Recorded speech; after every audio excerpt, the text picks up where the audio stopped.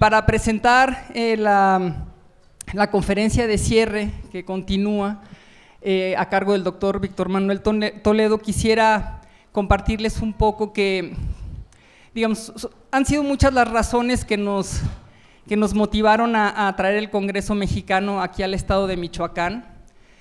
Y no quisiera, bueno, pues olvidar nada, pero ahorita tengo clavados dos aspectos que son fundamentales. El primero, pues es el reconocimiento de algunos personajes de suma importancia en el área de la etnobiología, y en cierta manera este congreso pues es un homenaje a estos personajes. Y pues los 4 personajes que inspiraron este congreso, al menos en algunos de los que estuvimos craneando este congreso, fueron el doctor Víctor Toledo y su trayectoria en el estado de Michoacán, el doctor Arturo Argueta, la doctora Aida Castillejas y también el doctor Alejandro Casas, quienes coinciden geográficamente en el estado de Michoacán. Y por el otro lado, pues también la experiencia de comunidades que, como bien ya pudimos apreciar, pues también tienen una larga tradición de lucha. Entonces, pues sin más preámbulo, la verdad quisiera pues pedirle al doctor Víctor Toledo que pasara aquí al estrado para que él pueda ofrecernos la conferencia de clausura de este congreso. Entonces, Víctor, por favor.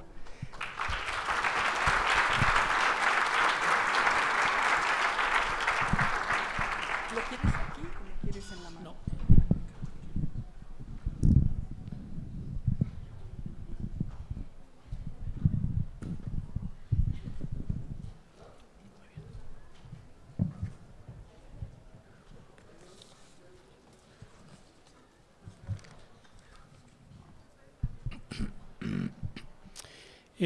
Muy buenas tardes a todos y todas. En esta tarde húmeda en la que me han invitado a llevar a cabo la última de las conferencias magistrales del Congreso. De un Congreso que, como todos hemos percibido y sentido, ha sido un Congreso igual que los otros, cada vez más intenso en muchos sentidos, en muchas dimensiones, y en donde, como dije al inicio del Congreso, lo que más permea es el aroma del tiempo, porque como pude percatarme en algunas sesiones, incluyendo la de la inauguración, mis colegas han todo el tiempo intentado reformular, reconsiderar a través del tiempo, digamos, los avances de 25 años de la sociedad, de la Asociación Mexicana de Etnobiología y de la etnobiología como tal. Estuve pensando qué presentar y bajo este título había yo diseñado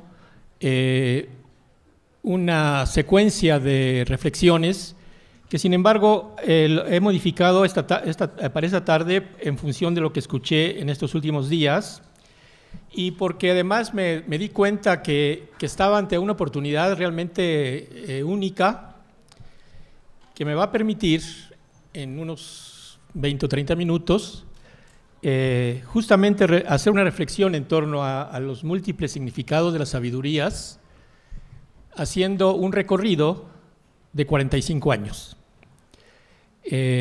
Voy a hacer un paseo por vivencias que son personales, pero que por supuesto están contextualizadas dentro de lo que es esta corriente de investigación científica, y que además nos van a dar oportunidad pues de tener una mirada retrospectiva de 45 años. Me parece un sueño, ¿no? Es decir, me parece algo, una oportunidad, me parece que es un privilegio que pocos tienen, y bueno, es lo que voy a hablar esta tarde. Bueno, vamos a comenzar pensando en un primer significado muy individual, pero que tiene que ver con todos ustedes de alguna forma. Supongo que aquí la mayoría de los asistentes son biólogos, es decir, botánicos, zoólogos, micólogos, que de pronto se han convertido en etnomicólogos, etnobotánicos y etnozoólogos. Y la primera pregunta que nos vamos a hacer es ¿cómo se logra eso? ¿Cómo cada quien ha logrado hacer ese salto de la biología a la etnobiología en términos generales o a la etnociencia? Y para eso, pues tengo que comenzar platicándoles que efectivamente yo soy biólogo de formación. Yo estudié en la Facultad de Ciencias de la UNAM la carrera de biología en los años de 1963 a 1966, pero por lo tanto también soy miembro de la generación del 68.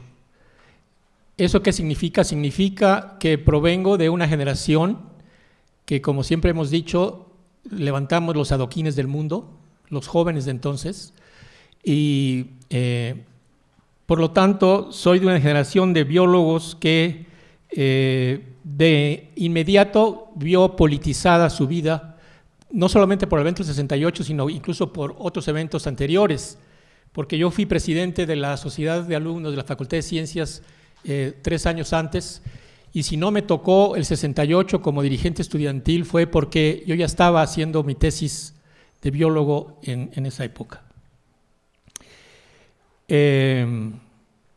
Entonces, soy de esa generación. Vamos a ver la primera, por favor.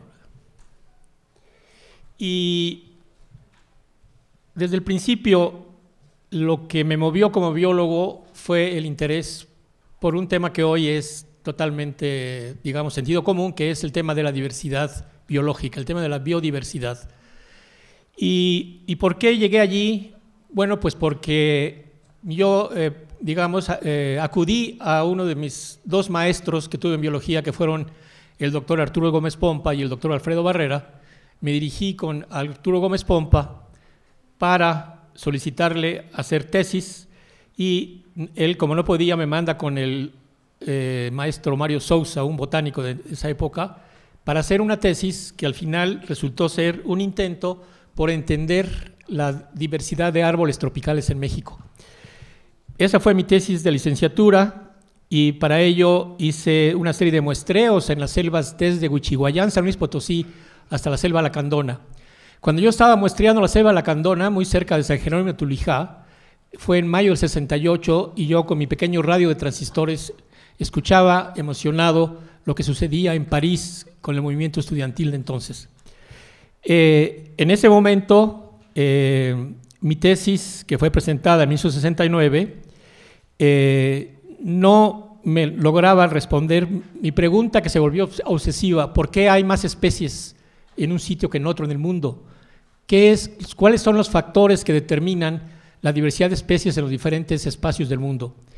Mi trabajo no podía explicarme el patrón que había encontrado con la mayor diversidad de especies de árboles en la selva lacandona, en función de factores actuales como el clima, los suelos, etcétera, sino que esto me llevó a tratar de explicar el fenómeno en función de fenómenos históricos, es decir, de procesos históricos, y por lo tanto me continué con la pregunta para hacer una tesis de maestría en la que ya adopté la biogeografía, inspirada por los cursos de Alfredo Barrera, para tratar de entender el fenómeno de la diversidad de especies.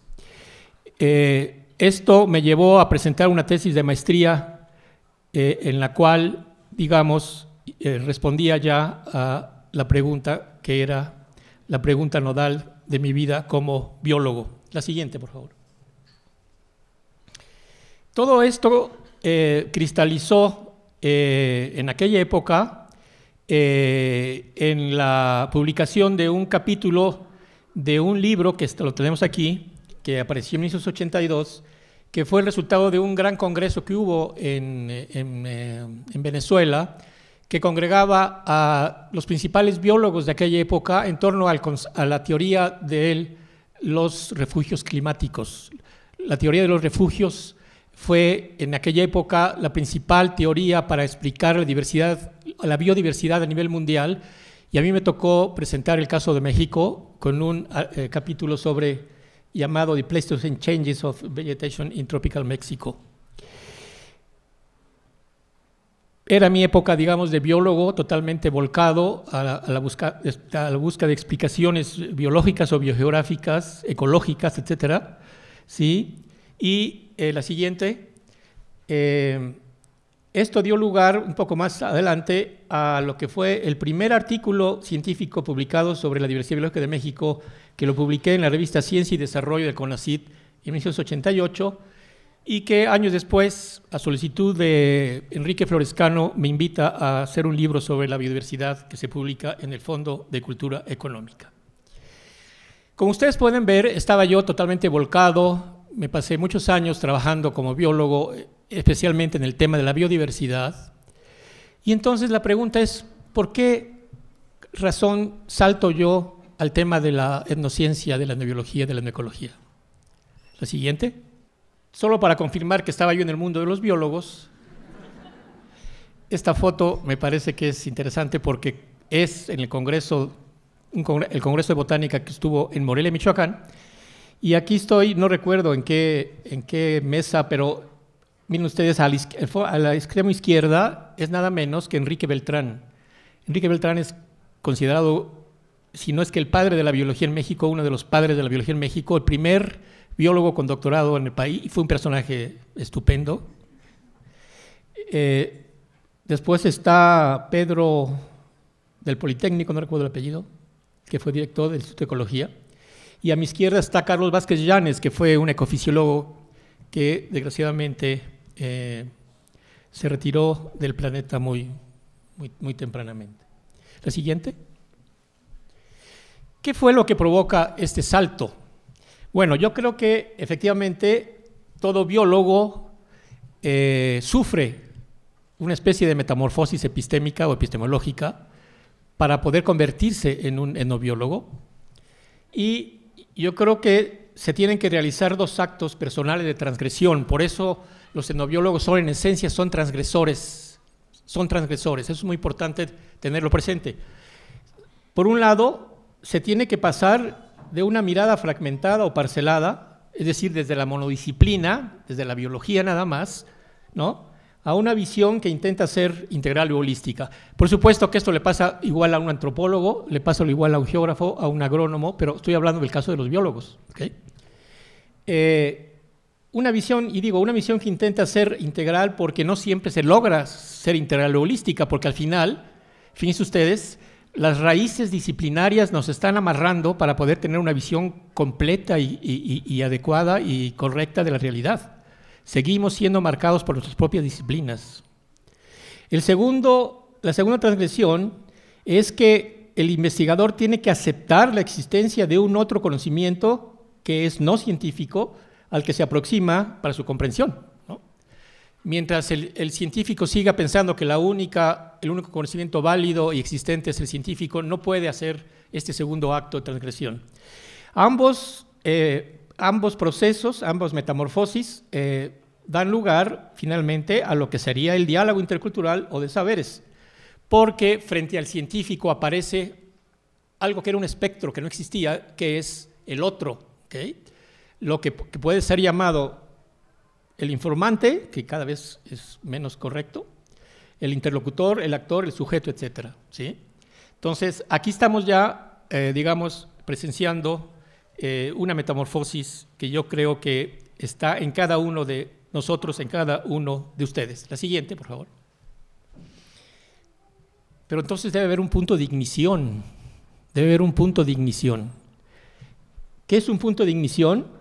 Se denomina punto de ignición el punto de inflamación o punto de incendio de una materia combustible al conjunto de condiciones físicas necesarias para que la sustancia empiece a arder al acercar una fuente de calor, que es la fuente de ignición, y se mantenga la llama una vez retirada la fuente de calor externa, ¿cierto? Por lo tanto, desde el punto de vista del etnobiólogo, tiene que haber vivido un punto de ignición. La siguiente. ¿Y cuál fue mi punto de ignición? Bueno, pues mi punto de ignición ocurrió entre 1970 y 72 en la región de los Tuxtlas, Veracruz, y les platico rápidamente lo que sucedió.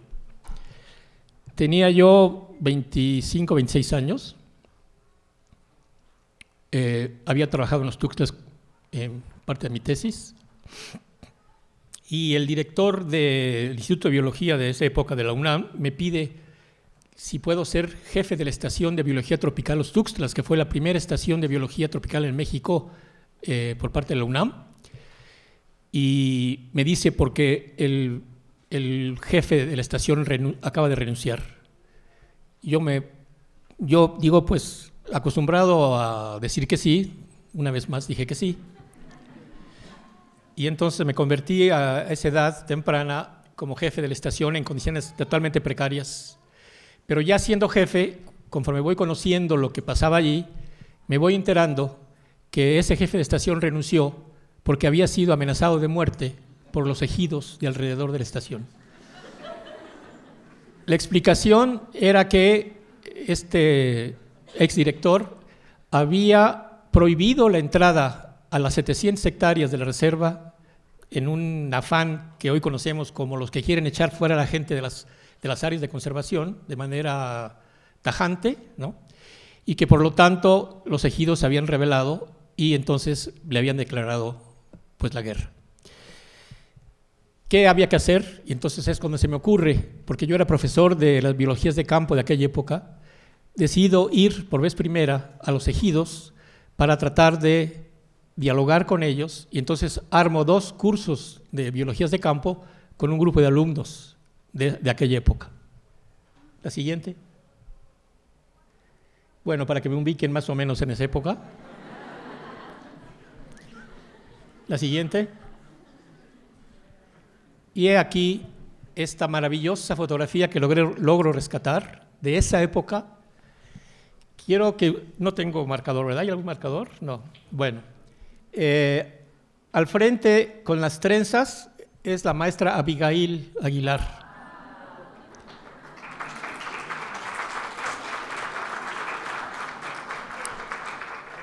Allá arriba, a la izquierda, el que está con los brazos cruzados es el doctor Sergio Guevara, muy conocido como biólogo, exdirector del Instituto de Ecología de Jalapa. Y a su derecha está nada menos que… gracias. Aquí este es José Salvador Flores, que por aquí está.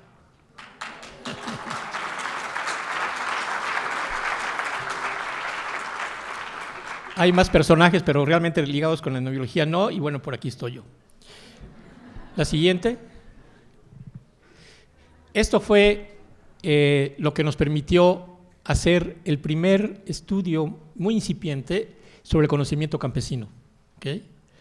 Y vean ustedes como una conflictividad particular, específica, personal, es lo que motiva el cambio, digamos, hacia otra dimensión de la realidad, ¿no?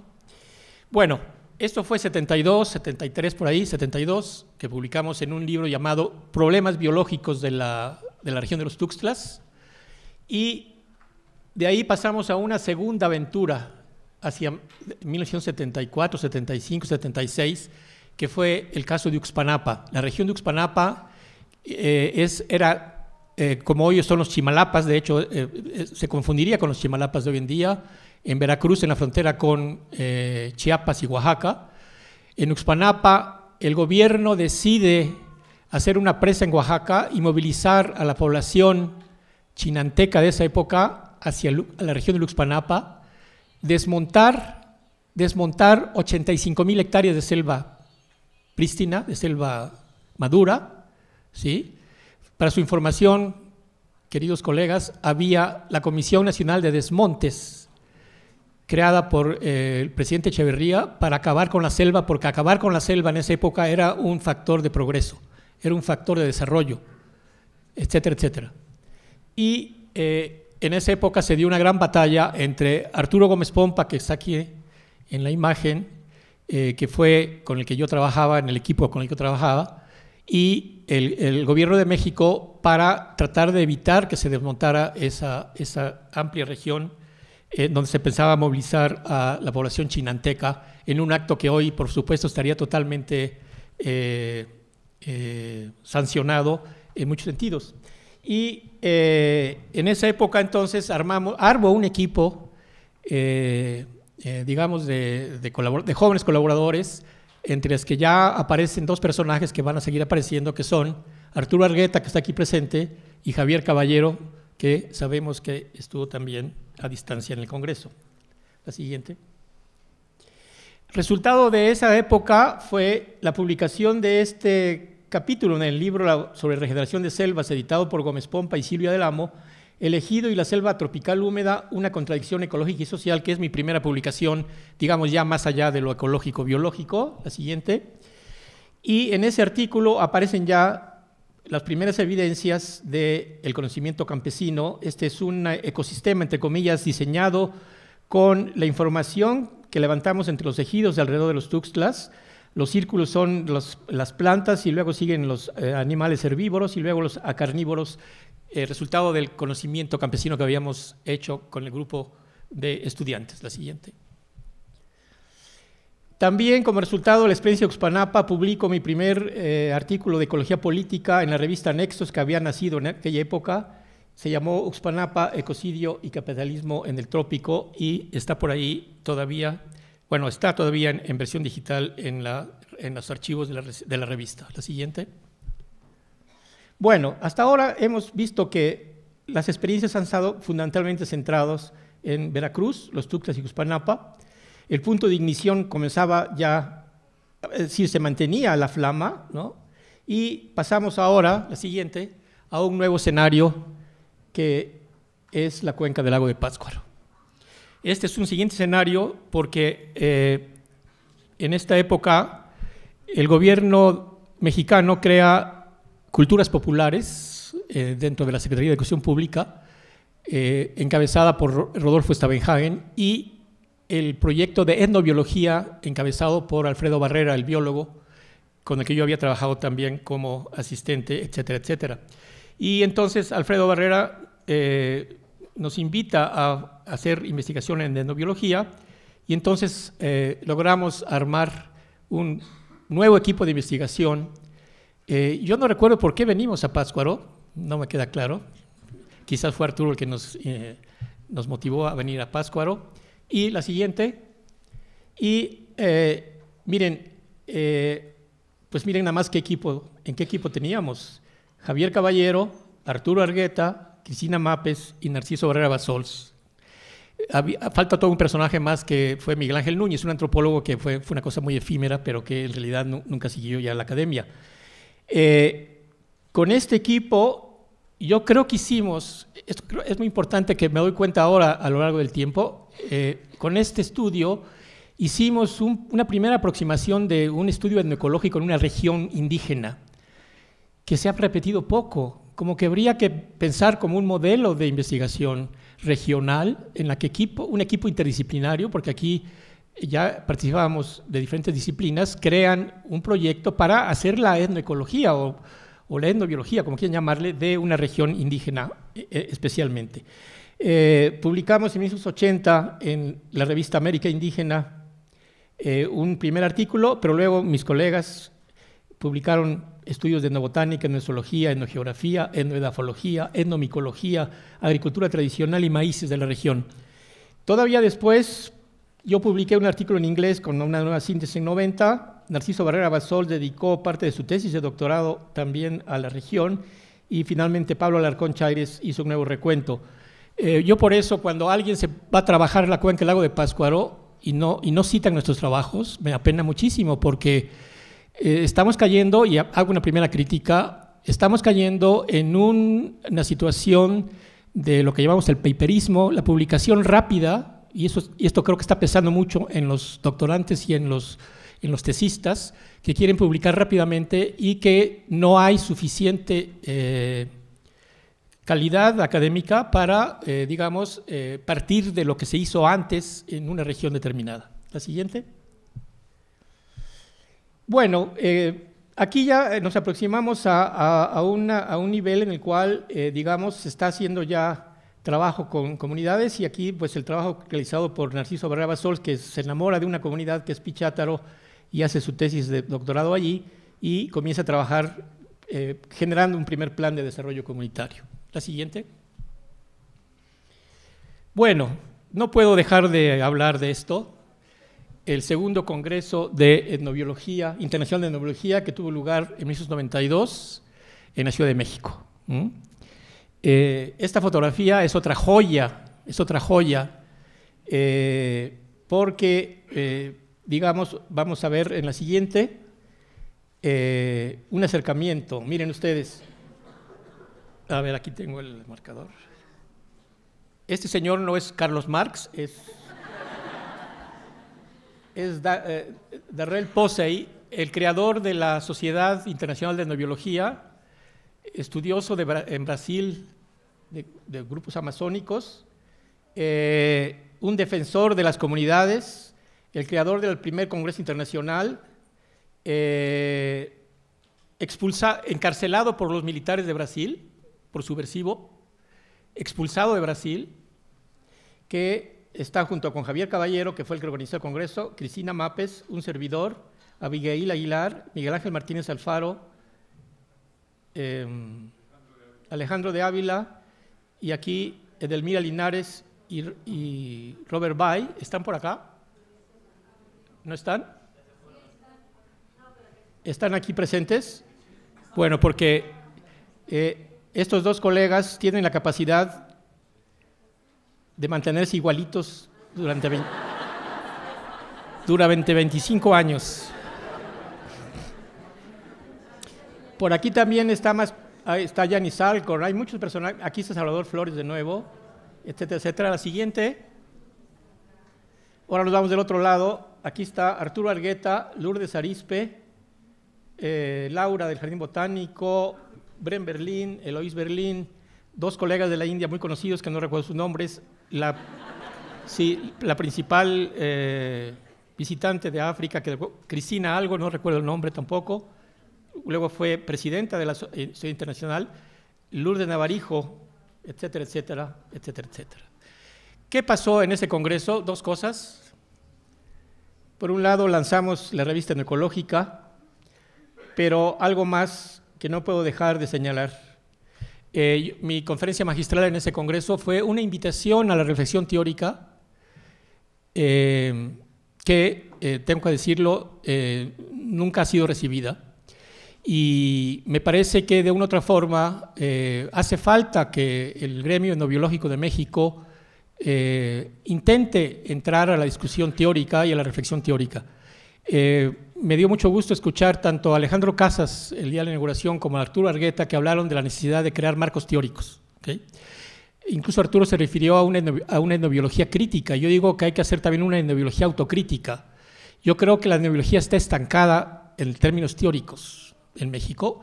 Los brasileños se han animado un poquito, muy tímidamente, y los norteamericanos no le entran a la discusión teórica. Yo quisiera sugerir desde esta tribuna que en los próximos congresos se abran espacios de discusión teórica. Necesitamos discutir la teoría, si no vamos a seguir girando, dando vueltas sobre lo mismo. La siguiente. Y finalmente, la última de las regiones de las que hemos trabajado, pues es la Sierra Norte de Puebla. Aquí hay otra historia por contar. La Conavio, aparece la Conavio como patrocinadora de un proyecto sobre café y biodiversidad. Y entonces, y más otras investigaciones aunadas al tema de café y biodiversidad. El tema de café es importantísimo porque es el segundo producto comercializable en el mundo. No les digo cuál es el primero, pero se imaginan cuál. La droga, por supuesto. Pero en términos de la cantidad de gente que trabaja la producción de café, que circula café y que consume café, es enorme. Por lo tanto, el tema de la biodiversidad de café era importantísimo. Patricia Moguel inicia las investigaciones en este campo y finalmente llegamos a… Se publican algunos artículos, se publica un artículo en 1999 en Conservation Biology que hoy por hoy es uno de los dos artículos más citados a nivel mundial sobre el tema, y nuestro artículo tiene, para sorpresa nuestra, más de 1000 citas. Con esta idea arribamos a la Sierra Norte de Puebla, donde había ya abierto el camino pues dos personajes inolvidables, que son Miguel Ángel Martínez Alfaro y Pierre Bocage, al cual se refirió ayer Arturo Argueta, porque ellos hicieron los primeros inventarios etnobotánicos muy completos, que además tengo que agradecer una vez más que ellos nos cedieron sus archivos para poder hacer la nueva investigación. Y llegamos a trabajar con la cooperativa Tosepa Antitatanisque, y en 2003-2004 hacemos todo un estudio muy fino. Luego Patricia Moguel con la Toyota Foundation hace más estudios sobre educación ambiental, y finalmente en 2011 asistimos también a un trabajo de campo en ciencias ambientales. Con ello se construye este libro que ustedes han visto y que, si hay la oportunidad, podremos regalar aquí, pero ya extraer de mi cubículo más tarde quizás y regalar el libro, el Coctaquiloyan. El Coctaquiloyan es, en la investigación descubrimos que había un término náhuatl que es el Coctaquiloyan, que quiere decir monte útil, ¿okay? Y que el Coctaquiloyan es el punto nodal por el cual se mantiene la cultura náhuatl en Sierra Norte de Puebla, ¿okay? Es el basamento, es el pilar. Y bueno, pues esto ha servido para que, pues aquí hay otro significado más para la defensa de los territorios de una u otra forma, la siguiente, porque el primer ordenamiento territorial de Sierra Norte de Puebla en el municipio de Cuetzalan se realiza, la información nuestra es utilizada y a partir de ahí se crea un movimiento de defensa regional, se crea un movimiento en Cuetzalan, un comité de defensa del propio ordenamiento, y aparece este periódico, que es un periódico regional en náhuatl y en español, que tiene 10,000 copias, cada número, ya van por el número, no sé, 18, 19, y la siguiente, y que, digamos, refiere a buena parte de lo que se encuentra en estos sistemas agroforestales indígenas. La siguiente. La Sierra Norte de Puebla hoy en México, y ahorita por supuesto que lo tengo que conectar con lo que hemos visto con el caso de Cherán, en la Sierra Norte de Puebla hoy en día está el movimiento de resistencia comunitario más grande del país, 232 comunidades nahuas y totonacús organizadas en defensa del territorio, con asambleas cada 2 meses, algunas han tenido 8,000 participantes, y bueno, Patricia Moguel y yo hemos estado muy cerca de estas experiencias junto con otros colegas como Eckhard Buege, como Luis Enrique, que estuvo aquí en estos días. Siguiente. Bueno, ya para terminar, damos un salto ahora hacia 2008, donde aparece este libro, La memoria biocultural, que creo que muchos de ustedes conocen, que es una síntesis que realizamos Narciso Barrera Basols y yo, porque Narciso Barrera, que vive una especie de autoexilio en Holanda durante 6 años, realiza una tesis de doctorado, pero me lee, a distancia me lee y coincide con la idea de la propuesta de etnoecología y el marco teórico de la etnoecología, y nos animamos cuando regresa a escribir este libro. El libro se publica originalmente en España, en la Editorial Icaria de Barcelona, luego sale una versión colombiana y finalmente una edición en Brasil, al portugués, que se agotó en unos cuantos meses. Está agotada ya la versión brasileña, la siguiente. Y bueno, pues aquí sostenemos que los pueblos tradicionales son la memoria de la especie, algo que todavía tiene que ser mucho más, digamos, argumentado, ¿no?, desde el punto de vista científico. Pero sí quiero señalar algo que para mí es muy importante, la siguiente, y es que nuestro libro fue presentado en España. Esta es una entrevista para el Círculo de Bellas Artes de Madrid, la siguiente, pero también logramos hacer un número en la revista Papeles. Papeles es la revista socioecológica, ellos llaman ecosocial, de España más importante, y logramos publicar un número sobre el tema de sabidurías ecológicas. Y digo que es importante porque hoy en día estamos viviendo, digamos, la crítica hacia las formas de lo que se llama un racismo epistemológico. Hay ya muchos trabajos de antropólogos y de etnólogos, especialmente autores como Boaventura de Sousa Santos desde las ciencias sociales con sus epistemologías del sur, seguidas por muchos autores latinoamericanos como Arturo Escobar en Colombia, como Walter Mignolo, como tantos otros autores en América Latina que, digamos, cuestionan esta idea de que con la conquista hubo también una conquista epistemológica, hubo un desplazamiento del conocimiento indígena que hoy en día se está revirtiendo por muchas razones, ¿vale? Y por lo tanto, hacernos presente en España era para nosotros fundamental, y hacer presencia, por supuesto, con los colegas españoles que están ya sintonizados en nuestra misma dimensión. La siguiente. Bueno, y termino este paseo muy rápido con pues, la formación de la red sobre el patrimonio biocultural, que deriva en buena medida tanto del libro que escribimos Narciso Barrera y yo, como del libro de Eckhard Buege, que aparece el mismo año, y que, digamos, me parece que nos mete a una dimensión totalmente nueva. Yo creo que el faro que va a guiar a las etnociencias y a la etnobiología y a todos los etnos que podemos reconocer es el tema de lo biocultural. Lo biocultural cada vez cobra más fuerza en México, en América Latina, en el mundo, y creo que la defensa de lo biocultural se va a ir constituyendo cada vez más como el objetivo central de las investigaciones en estos campos que hemos señalado. La siguiente. La red tiene, como ya se dijo aquí, cerca de 120 investigadores, muchos de ustedes están aquí, por supuesto, y solamente quiero mostrar esta imagen cuando logramos integrar al nodo número 28 de la red, que es el nodo de la Reserva Biocultural del PUC en Yucatán, la primera reserva biocultural.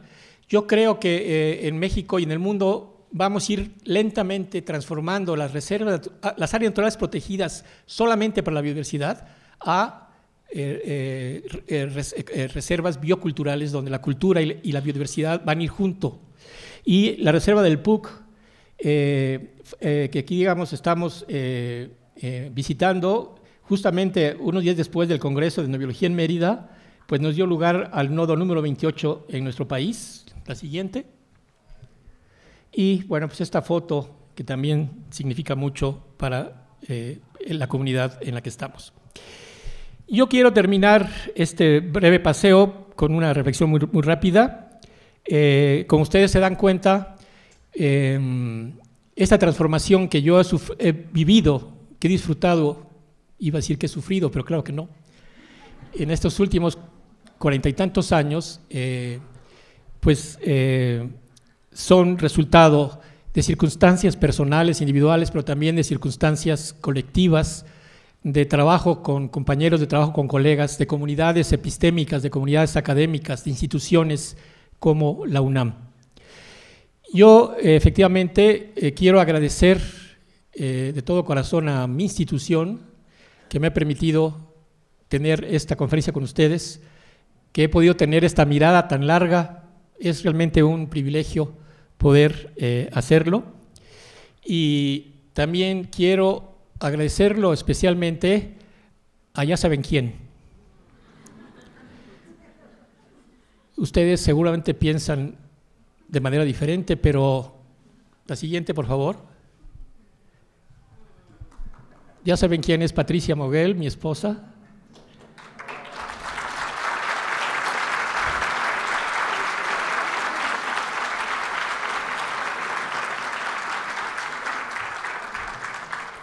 Que ha sido mi compañera de vida, mi compañera en la vida y mi compañera por la vida, en la defensa de la vida. Muchas gracias.